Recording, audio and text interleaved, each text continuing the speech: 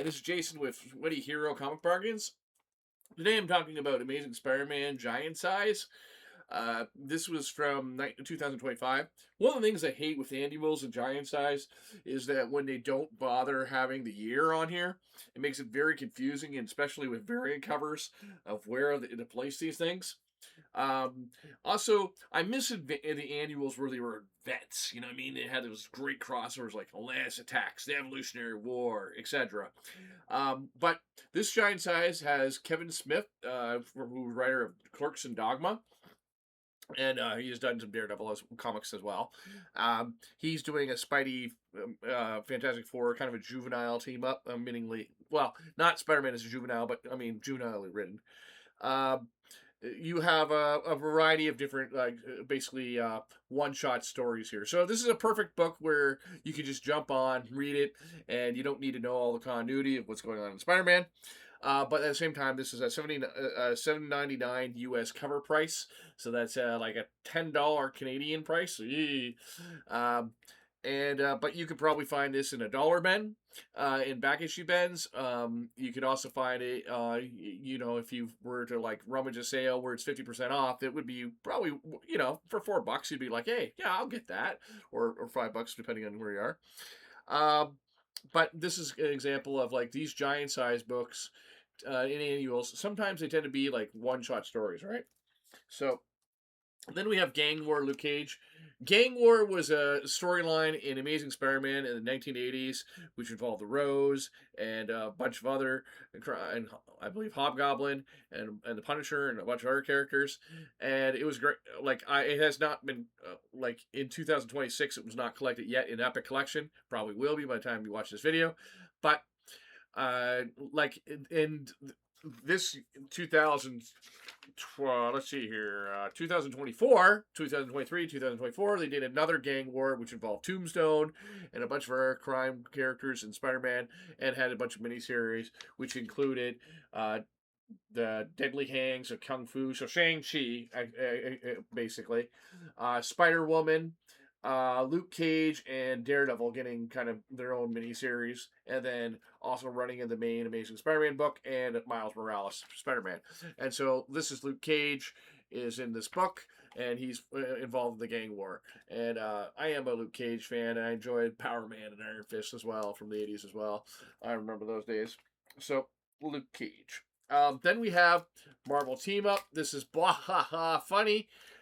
This is I've had this book more than once, and it is funny and it is enjoyable. But this is by Michael Carlin, who was an editor on Spider-Man for a long time. The artwork's really cool. I like that. Like classic 1980s Spider-Man. But it's an imaginary story. It ends up being it's assistant editors month was a gimmick they did for a month where it's like they let the assistant editors run astray with the Marvel Universe and do like goofy stories.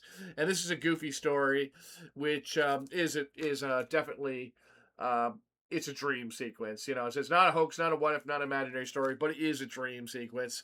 And Aunt May becomes the Herald of Galactus, while babysitting Franklin Richards.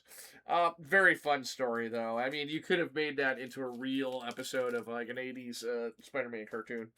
Then we have, I was talking about annuals, Marvel annuals like this, Atlantis Attacks. I really am a fan of Atlantis Attacks. I've never actually, even after it being from 89 and 40 years, I have not finished all the Atlantis Attacks. I always keep on getting just parts. That sucks. But one of the cool things that Atlantis Attacks had was, first of all, it was, Atlantis and Namor and all those characters. But and it's amazing, like reading it decades later and then seeing the ties in with like the Eternals and the Deviants and all that, that I didn't know when I was first reading it.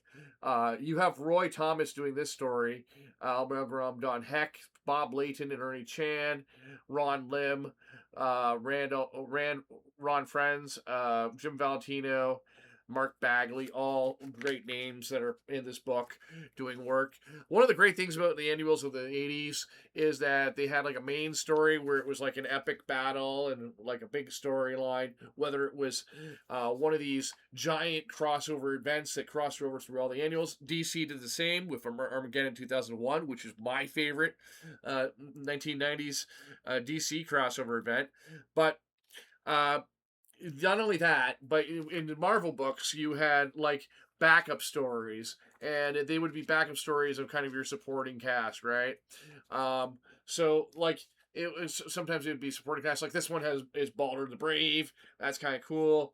Um, and other ones you would have, and also for this you had like the background of like the Watcher explaining you the whole history of the Serpent Crown, which is what the center um, MacGuffin, you could say, was for the storyline with Atlantis Attacks. And Mark Bagley draws this. That's quite cool. So, yeah, and in the Spider-Man ones, it was some cool backup features. You know what I mean? Because back then it wasn't just Spider-Verse, right? So you had all these interesting characters like Prowler and Silver Sable that got backups. Then we have some issues of Superior Spider-Man, and I'm going to throw in the Dollar Bin. Mark Bagley's a great artist, and I love his artwork. I'm not. I think that the original Superior Spider-Man storyline was fun, but went on a little bit too long for my taste.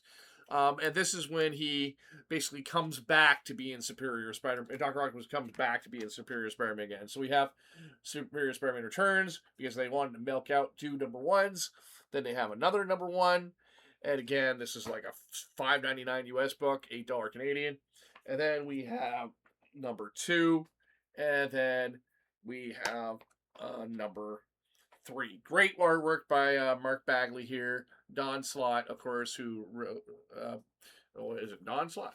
Dan Slott, sorry. Dan Slott, who wrote the original Superior Spider-Man, writes this miniseries. So there you got some great Superior Spider-Man and